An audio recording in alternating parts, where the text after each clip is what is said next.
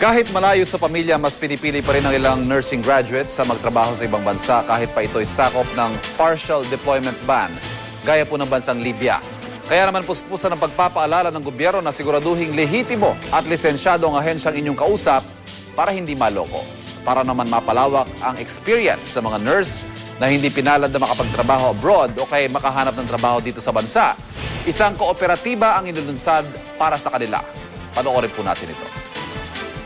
Libo-libong OFW ang inilikas ng pamahalaan mula sa Libya noong nakaraang taon matapos sumiklab ang kaguluhan doon. Pero kahit humupa na ang tensyon doon, nananatili pa rin ang partial deployment ban sa naturang bansa. Ang mga pwede lang magtrabaho roon ng mga Pilipino ay yung mga returning workers sa oil and gas sector at sa medical profession, partikular na ang mga nurse. Hinihintay na lamang ng POEA na ibaba ng Department of Foreign Affairs ang Alert Level 2 na umiiral sa Libya ngayon bago maglabas ng resolusyon na nagpapawalang bisa sa deployment ban. Maghintay na lang muna kasi pag hindi pa nalilift yung ban ay hindi pa makakapag-recruit at this stage. Ang pinaka-critical na part doon is the POEA resolution that will lift the ban. Dahil partially lifted lang ang deployment ban doon, pinag-iingat pa rin ng POEA ang mga Pilipinong gustong magtrabaho roon.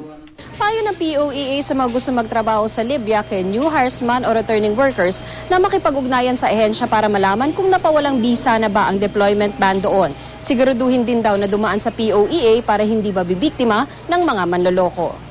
There are some who might take advantage of the situation.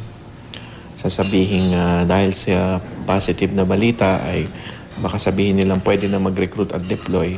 Dumaan sa POEA, siguraduhin license agency yung kausap ninyo kasi yung license agency ay meron din yung dapat employer na rehistrado rin sa amin. Isa si Kelvin Martinez sa 37,000 nurses na pumasa sa board exams noong July 2011. Sa kabila ng pangamba sa seguridad, iniisip daw ni Kelvin na magtrabaho sa Libya.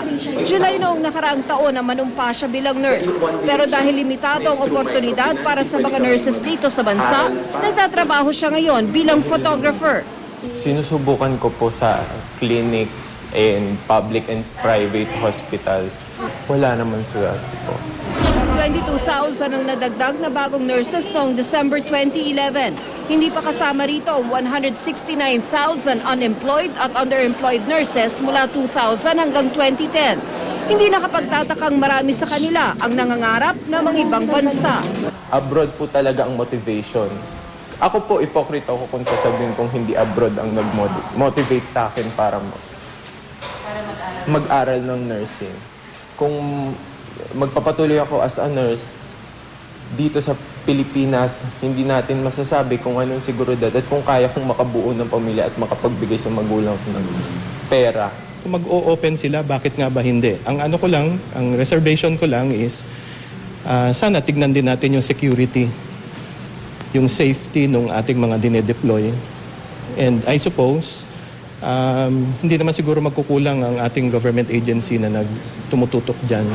Para rin matulungan ng mga nurse na unemployed o underemployed, inilunsad na ang Nurses Vox, isang kooperatibang naglalayong palawakin ng mga oportunidad para sila'y kumita at makakuha ng work experience na hinahanap sa ibang bansa.